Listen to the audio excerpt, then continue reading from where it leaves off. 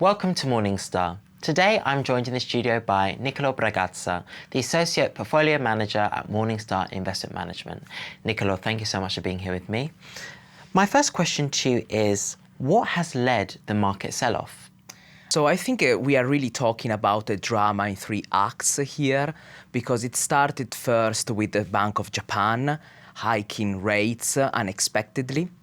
Then the second step was the Fed being a little bit more dovish than what the market expected.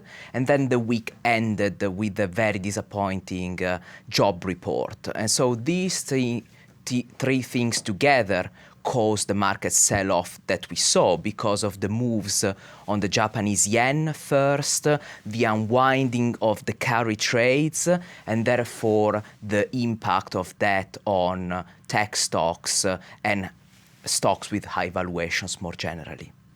And on tech stocks, could you argue that maybe the tech and AI bubble has finally burst?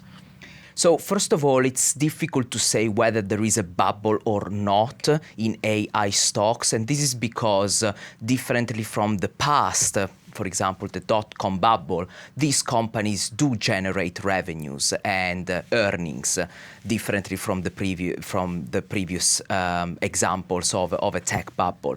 But definitely we can say that valuations are very rich at the moment, and therefore these companies are very exposed to market sentiment, as we have seen over the last couple of weeks. And what sector opportunities are you seeing in the near to long term because of this sell-off? Yes, so at the moment in our multi-asset funds, we are generally positioned with a longer duration than usual, especially in the most conservative portfolios we have been for a while. We have had a dedicated position to the Japanese yen as well, because we thought that the valuation, the exchange rate of the currency was not reflecting anymore the actual fundamentals of it. And also we have been having, and this is for some time, an underweight to tech stocks, especially because of the very high valuations that we find there. We preferred, instead of tech stocks, communication services as a sector in the US. We think that those companies have more attractive valuations with similar growth opportunities ahead. And also we liked defensive stocks more generally, and especially utilities that have been rallying in the last couple of weeks because of the decrease in interest rates that we've seen across the board. And I just wanted to also ask you about UK equities. So it appeared that they weren't hit as hard as in comparison to maybe other global markets. So what was going on there as well? Yeah, it's always difficult to draw a conclusion about the UK market because it's a collection of companies, of big global companies, so companies generating revenues abroad that are in this index and come from very different sectors.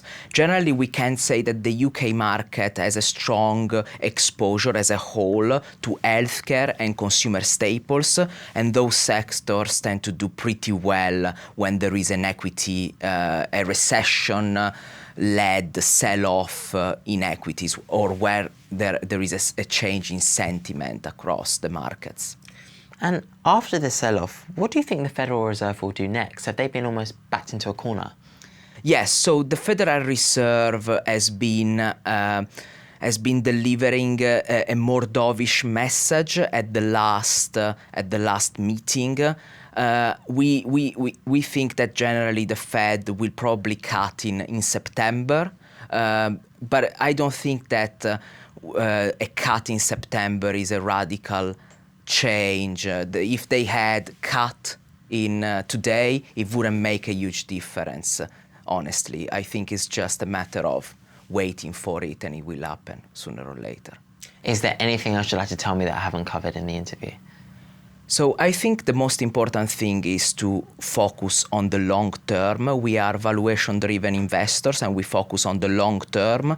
So when we see moves in the market of such magnitude, it is important to think whether something has changed. First of all, from a fundamentals perspective. And if not, maybe it can be an interesting entry point because of better valuations compared to the previous phase in the market. Nicoló, thank you so much for being here with me. Thank you, Chris, for inviting me. This is Christopher Johnson for Morningstar UK.